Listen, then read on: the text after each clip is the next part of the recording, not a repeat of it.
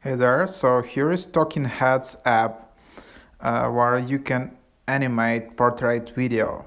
It's going viral right now, so let's just try to install it on iPhone.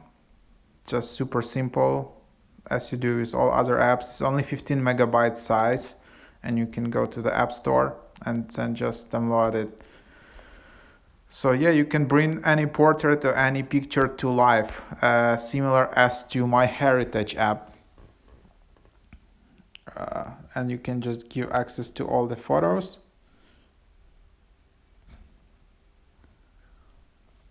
And then, yep, you can just select any photo. Then you can select video puppet, record or upload your own video.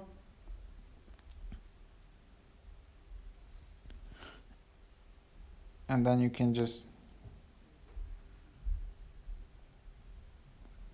so that's that. And then you can just share it to Instagram or Snapchat or whatever.